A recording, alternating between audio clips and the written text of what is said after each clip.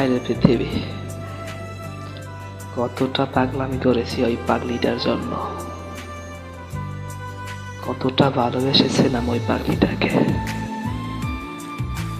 আর সেই পাগলিটা এখন থাকে অন্যের বুকে, আর সেটা আমাকে দেখতে হচ্ছে।